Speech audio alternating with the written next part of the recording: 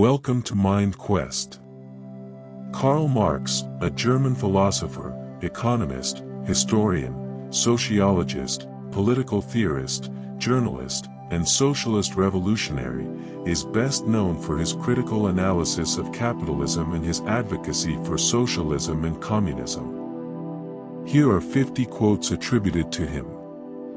The history of all hitherto existing society is the history of class struggles. Workers of the world unite, you have nothing to lose but your chains. The philosophers have only interpreted the world in various ways.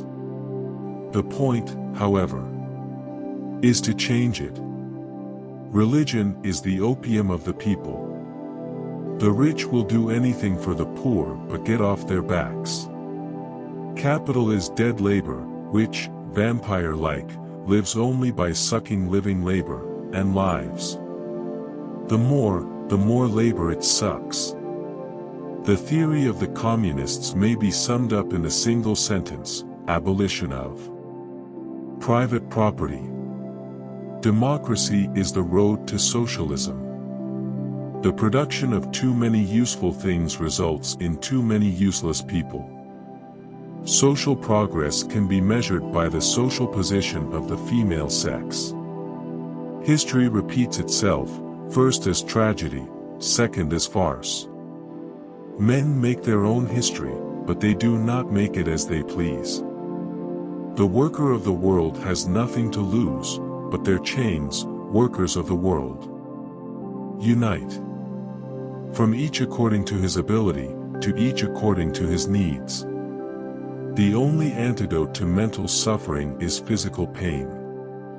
Landlords, like all other men, love to reap where they never sowed.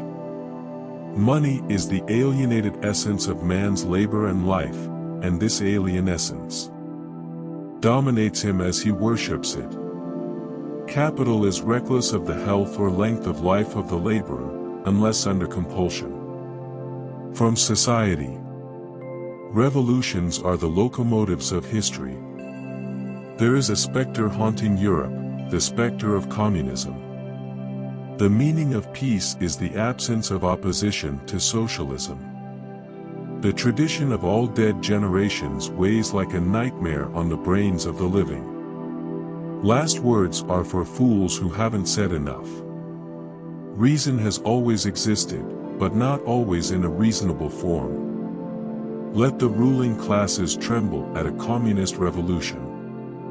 In a higher phase of communist society, only then can the narrow horizon of bourgeois right be fully left behind. The education of all children, from the moment that they can get along without a mother's care, shall be in state institutions. History does nothing, it does not possess immense riches, it does not fight battles. It is men, real, living, who do all this. The need of a constantly expanding market for its products chases the bourgeoisie over the entire surface of the globe.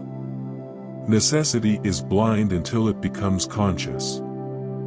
Freedom is the consciousness of necessity. While the miser is merely a capitalist gone mad, the capitalist is a rational miser. Philosophy is to the real world as masturbation is to sex. Freedom is the recognition of necessity. The first requisite for the happiness of the people is the abolition of religion. In bourgeois society, capital is independent and has individuality, while the living person is dependent and has no individuality. The weapon of criticism cannot, of course, replace criticism by weapons. Material force must be overthrown by material force. The oppressed are allowed once every few years to decide which particular representatives of the oppressing class are to represent and repress them. The only real science is the study of relations or dynamics.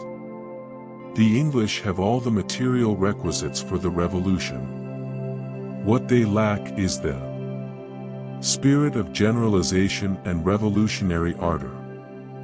Capitalism, teach a man to fish, but the fish he catches aren't his. They belong to the person paying him to fish. The road to hell is paved with good intentions. The ruling ideas of each age have ever been the ideas of its ruling class. The executive of the modern state is nothing but a committee for managing them. Common affairs of the whole bourgeoisie. We do not set out to build a utopia. We wish simply to rid the world of its old hypocrisy and to attain man's true stature. The worker becomes all the poorer the more wealth he produces, the more his production increases in power and range. Machines were, it may be said, the weapon employed by the capitalists to quell the revolt of specialized labor.